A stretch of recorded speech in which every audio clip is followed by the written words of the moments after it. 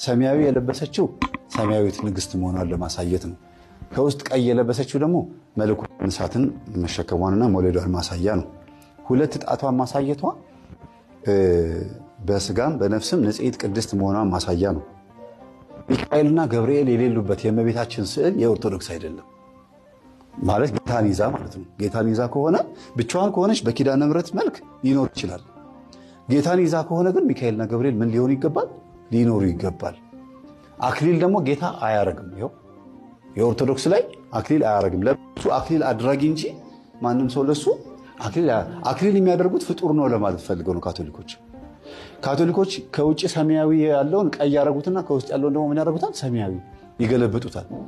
የኛ አይደለም። እንደዚህ አይነት ኦርቶዶክሳዊ የሆኑ ስዕሎች አሉ። ሚካኤል አሁን ሰይጣንን ሲረግጠው አይታችኋል። እዛ ጋር ሰይጣን በሰንሰለት አንገቱ የታሰረ መሆን አለበት። እሳት ላይ ሲቃጠል ሙሉ ፊትም ይሁን ግማሽ ፊት ዞሮ ዞሮ ቀንድ ያለው ሆኖ ነው የሚሳለው። ግን መልኩ እንደዚህ አይደለም። ለምን? ክፋቱን ለመግለጥ ነው። እንዲያውም ሰይጣን አሳሳች ነው። እንደዚህ የምንስለው ግን ለማስተማር ነው ማለት ነው። ግን ካቶሊኮች ምን ያደርጋሉ? የሚካኤልን ቀሚስ አጭር ያደርጉታል።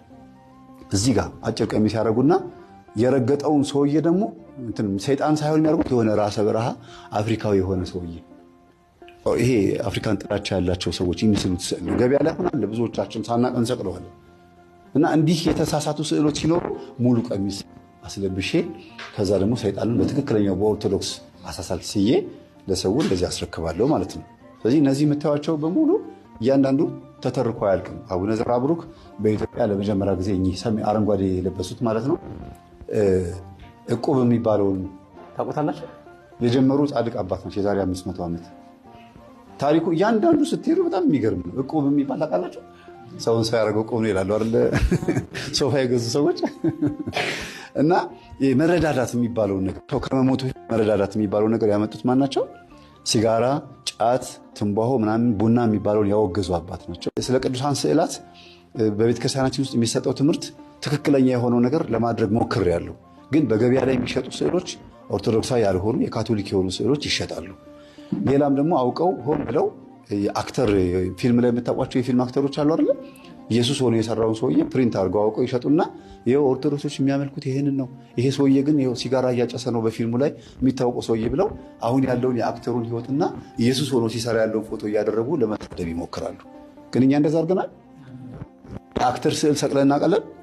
ይሄ ስዕል የሚሰቀለው መቼም ስንጸልይ ይሄ ማገሩን ቀለሙን ምናምን ከማየት ይሄ ማየት አይሻልም? አዎ። ሌላው ደግሞ በስዕል በኩል እግዚአብሔር ቤተክርስቲያንን ባርኳታል። ቤተ መቅደሱን ከአይሁዳውያን ሲያጸዳ ስዕልን አልነካም። ግድግዳ ላይ ያለውን ይሄንን ስዕል ላጠው ነካው እንደዚህ አድርገው አላለም።